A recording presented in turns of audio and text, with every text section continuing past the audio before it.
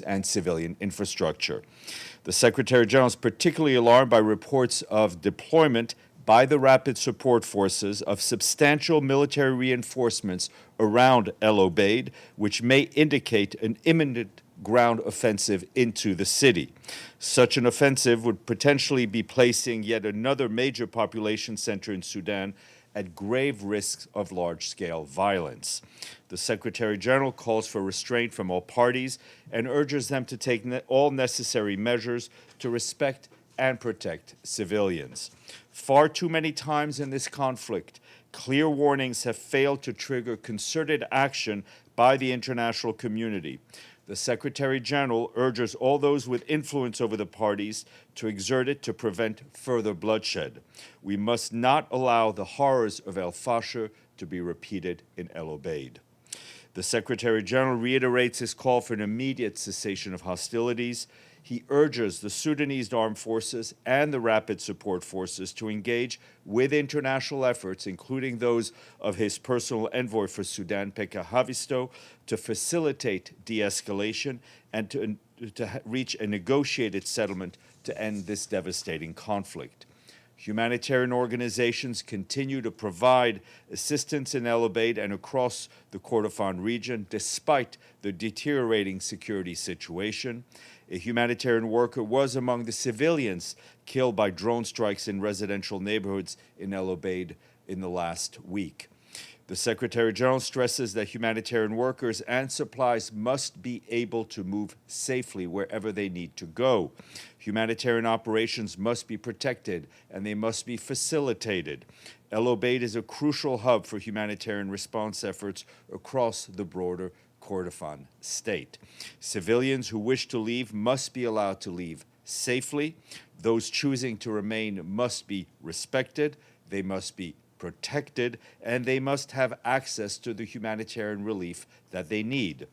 The Secretary General reminds all parties of their clear obligations under international humanitarian law and international human rights law, including the respect and protection of civilians and civilian infrastructure, and to facilitate rapid, safe, unhindered, and sustained humanitarian access.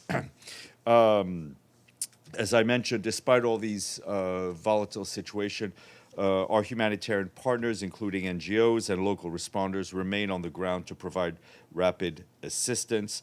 And also, we have a statement on the worrying situation in and around El Obeid from the High Commissioner for Human Rights, Volker Turk, and that is being shared with you. Turning to the situation in Lebanon, particularly southern Lebanon, within UNIFIL's area of operations, where our peacekeepers continue to monitor developments closely. UNIFIL peacekeepers report that so far today, 143 trajectories of projectiles were observed. Of these, 119 were attributed to the Israeli Defense Forces, with the remainder to Hezbollah. Yesterday, 364 projectile launches were observed, of which 330 were attributed to the IDF and 34 to Hezbollah. UNIFIL also reported 38 violations of Lebanese airspace yesterday, but none today within its area of operations. UNIFIL peacekeepers are continuing to observe extensive IDF ground activity throughout the mission's area of operations. And yesterday, as an example, a UNIFIL convoy faced obstruction by 2 IDF tanks north of Tiri, that is in Sector West. During the encounter, one of the tanks aimed its weapon at a UNIFIL vehicle, while IDF personnel signaled the convoy to halt, forcing the patrol to stop and reverse. Subsequently, the convoy was allowed to take an alternate route to its intended destination. We reiterate once again that UNIFIL peacekeepers must have unrestricted freedom of movement throughout their area of operations as they are doing their work on behalf of the Security Council. Meanwhile, yesterday, the Deputy Special Coordinator and Resident Humanitarian Coordinator for Lebanon, Imran Riza, together with the UNIFIL Head of Mission and Force Commander, Major General Abanyara, held meetings in Beirut with President Aoun and the Speaker of the Lebanese Parliament, Nabi Berri. General Abanyaro stressed that UNIFIL remains committed to supporting, in close coordination with the Lebanese Armed Forces, the full implementation of Security Council Resolution 1701, which continues to be the framework, as you well know, to restoring stability and security in South Lebanon. On the humanitarian front, UNIFIL facilitated through its liaison branch and in coordination with OCHA 9 humanitarian missions in Sector West that took place yesterday. And for his part, Tom Fletcher, our emergency relief coordinator, announced an additional $12 million from the UN Central Emergency Response Fund to help hundreds of thousands of people uprooted in Lebanon by the conflict. The funding will help people access health care and protection from gender-based violence, among other critical services. It will also help address the growing food insecurity that we're seeing in some of the displaced populations in Lebanon. OCHA tells us that nearly 50,000 people have now returned to their homes in Nabatea and South Governorates. However, more than 106,000 people remain in collective sites across the country, with many others seeking shelter elsewhere.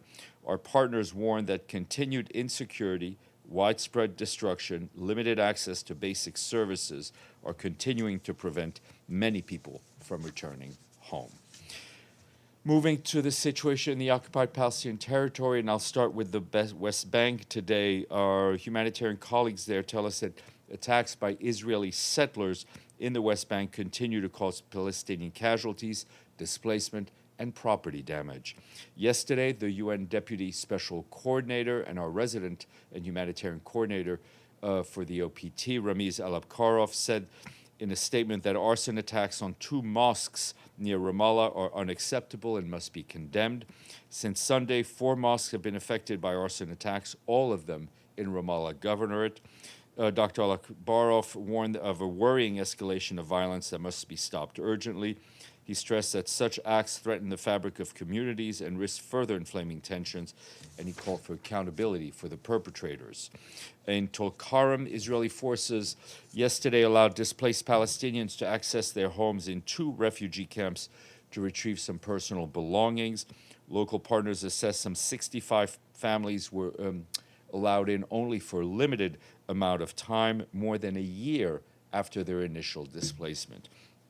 And you'll recall that according to UNRWA, over 33,000 Palestinians from these camps, as well as from Jenin camp, have been displaced and not allowed to return since January 2025.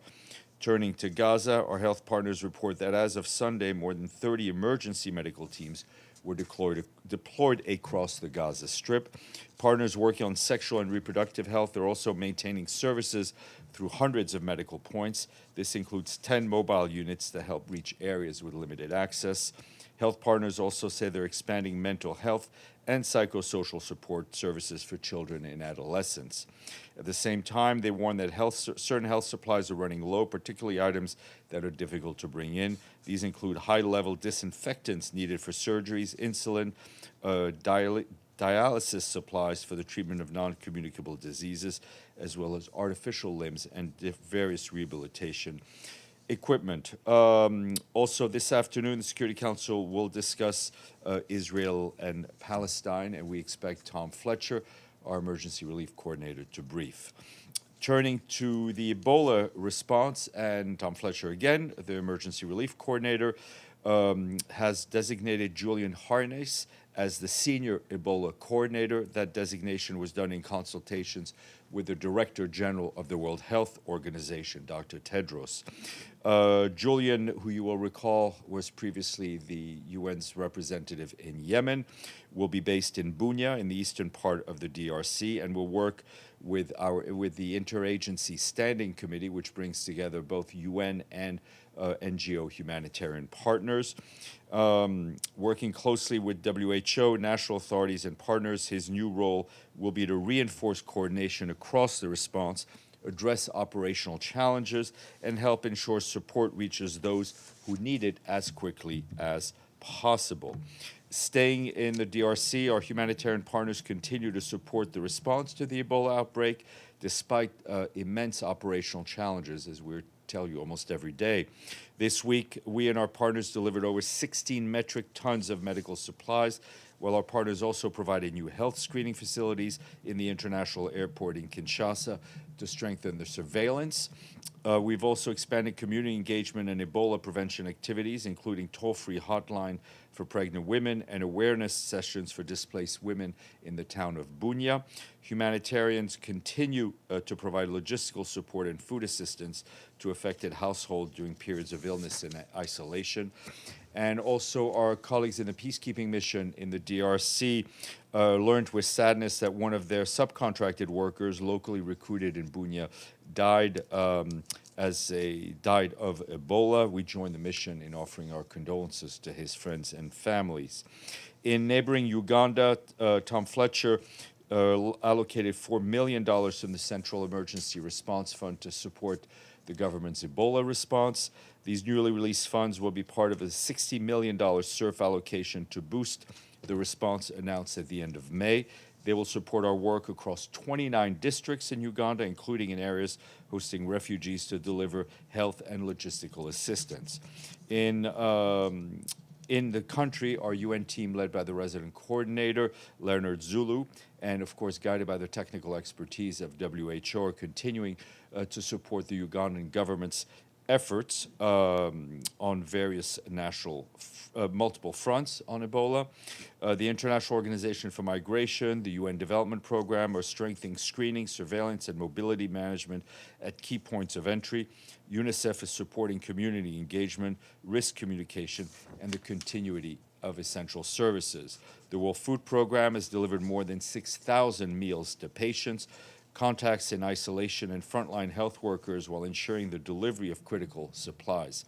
And for its part, UNHCR is supporting preparedness and response efforts in areas that host refugees, and our teams remain committed to supporting Uganda's efforts to contain the outbreak, protect vulnerable communities, and prevent further transmission. Our Deputy Secretary General Amina Mohammed arrived in London last night. She participated today in the inaugural Global School for Sustainability Forum at the London School of Economics, where she joined discussions on critical challenges to sustainable development alongside President Tharman Shanmugaratnam of Singapore, Teresa Ribera, the Executive Vice President of the European Commission for a Clean, Just, and Competitive Transition, and Sri Mulyani Indrawati, the former Minister of Finance of Indonesia. Key discussion points focus on the development emergency and the investments needed at scale. Innovation to local solutions were highlighted as key to strengthening delivery systems needed to achieve the SDGs. While in London, Ms. Mohammed will also participate in a dialogue on maternal and child health, bringing together a diverse group of stakeholders, including philanthropists, business and political leaders, civil society, and academics. The discussion will focus on renewing commitment and action to SDG 3, maternal and child health, one of the world's most urgent and preventable challenges where progress is at risk. The Deputy Secretary General will be back here on Sunday. Also here and earlier this morning, Hannah Tete, the Secretary General's Special Representative for Libya, briefed the Council by video conference, and she said while the political process in Libya has regained momentum, progress remains fragile.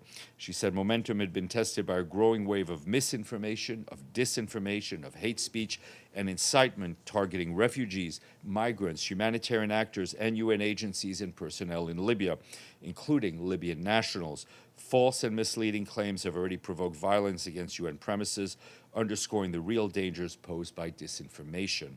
Ms. Tete told the Council that the country's challenges cannot be addressed through fabrication and scapegoating.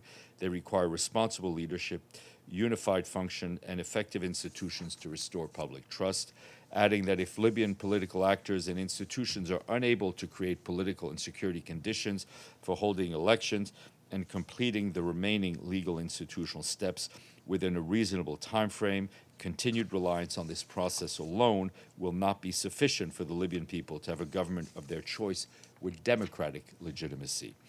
I want to flag something from Kosovo. 130 young leaders from communities across Kosovo and the Western Balkans gathered for 2 days for the 8th UN Youth Assembly, supported by UNMIC, our mission in Kosovo, as part of a broader UN effort to advance the youth, peace, and security agenda. Held under the theme Youth in the Field, the Assembly brought together participants to discuss issues affecting young people, including rural-urban disparities, participation in governance, economic opportunities, inclusion, mental health, and the role of youth leaders in their communities. A couple of climate-related notes. The World Meteorological Organization, in a report released today, shows that extreme weather and climate-related events impacted at least 13 million people and led to over 3,000 reported facilities in Africa in 2025, with knock-on effects across all sectors of the economy and society. The report points out that the African continent is warming faster than the global average. According to the report, Africa's glaciers have lost more than 90% of their area since the late 19th century. Mount Kilimanjaro glacier areas has declined from 11.4 square kilometers in 1900 to less than 1 square kilometer today. That's pretty stark. The report also shows ocean warming continues across the region with widespread marine heat waves. Sea level rise along the African coast from 1999 to 2025 exceeds the global average of 3.6 millimeters per year in several regions, reaching 4.2 millimeters per year along the Atlantic and 5.2 a year along the Indian Ocean coast and 5.6 in the Red Sea. Full report is online. FAO-WFP also launched today the first ever joint anticipatory action plan seeking $202 million to protect the nearly 9 million people from potential impact of a strong El Nino across 22 high-risk countries. The strong El Nino conditions are predicted to increase the likelihoods of droughts, of floods, and storms across Africa, Asia, the Pacific, as well as Latin America and the Caribbean, threatening food security, livelihoods. The appeal is cost-efficient, with every dollar invested able to build up $7 in avoided losses. FAO and WFP call for urgent, flexible funding with financing necessary in order to be at scale. Just want to flag that the UN Open Source Week will take place here next week. It is organized by our colleagues in the Office for Digital and Emerging Technologies and the Office for Information and Communications Technology, and will bring together developers, policymakers, diplomats, and international organizations. Two important international days today on very different topics. Today is the International Day of Countering Hate Speech. Hate speech targets groups including women, migrants, refugees, LGBTQIA+ people, and persons with disabilities, and it can lead to violence and atrocity crimes. In his message, the Secretary General warns that hate speech spreads faster than ever, amplified by unregulated platforms and intensified by artificial intelligence. The Secretary General notes that states have a clear obligation under international law to combat incitement to hatred and to promote inclusion, respect for diversity, and solidarity. He underscored that we must work together to build a world based on human rights, dignity, and respect. And today is Sustainable Gastronomy Day. Now, see, now you're paying attention. Gastronomy refers to local food and cuisine, and sustainable gastronomy means thinking about where our food comes from and how it is grown and how it is prepared. 1/3 of all food produced is lost or wasted. Eating locally and seasonally supports farmers, reduces emissions, and keeps culinary conditions alive. On this day, everyone is encouraged to make more sustainable food choices for healthier diets and a food-secure future. And bon appétit. All right, we'll go to lunch. Okay, Gabriel. Off the hook. On Sudan and El Obeid, was there some new information that the UN has received that is prompting this alert, or is this all part of what we've seen in the RSF buildup in the past several days and weeks there? I mean, I think the buildup in itself is worrying enough, right? And we've seen this scenario play out before, right? We saw it in El Fasher. I think anyone who just from here saw the video and so what happened, I mean, cannot help but being tremendously upset by what we'd seen, and we do not want to see the same scenario play out in El Obeid. And in El Obeid, as you well know, it's the capital of North Kordofan state. It's one of the biggest cities in Sudan. If the RSF moves forward with a potential military action there, what would be the humanitarian ramifications for the UN and its partners that you can assess at this point? Well, I mean, I think first and foremost, the ramification would be for the safety of the people who are in El Obeid, right? I mean, again, looking at the track record of what happened before, the situation has potential of being atrocious. So there's a physical safety risk for those who are living there. And of course, that then brings with it increased humanitarian needs of people fleeing, often with just the clothes on their back, trying to find refuge in places that are already overwhelmed. So there's a cascading effect and impact from should such an attack occur. Yes, Ephraim. Also on Sudan, hi Steph, also on Sudan, in addition to the statement, and we also read the also alarming statement from Volker Turk, the High Commissioner. What is the UN doing now? What is the Secretary General doing? Has he called anyone? Does his appeal, would he like to make an appeal to someone in particular, any member state that has an influence? Our personal envoy, Mr. Havisto, has been in touch with various parties. He will continue to do so. We will continue to pass the message through various channels that, I think you know the conflict in Sudan better than I. There are a lot of external parties in there, not all of which, let's be honest, have been playing a very constructive role. Yes, ma'am. Thank you, Stéphane. I would like to go to another topic. Like, after not being voted into the Security Council, the German Foreign Minister has recently said in an interview that German Parliament might review certain UN commitments, and he added, I'm quoting, "It cannot be right that we are one of the largest contributors and yet are not taken into account in certain decisions, including personal appointments." And I was wondering if the Secretary General has a comment on that. What I can say is that Germany is an incredibly important partner to the United Nations, one that has continuously supported the UN financially and politically, is a big supporter of multilateralism, and we hope that this positive relationship will continue well into the future. Okay. Gastronomy has gotten the best of you.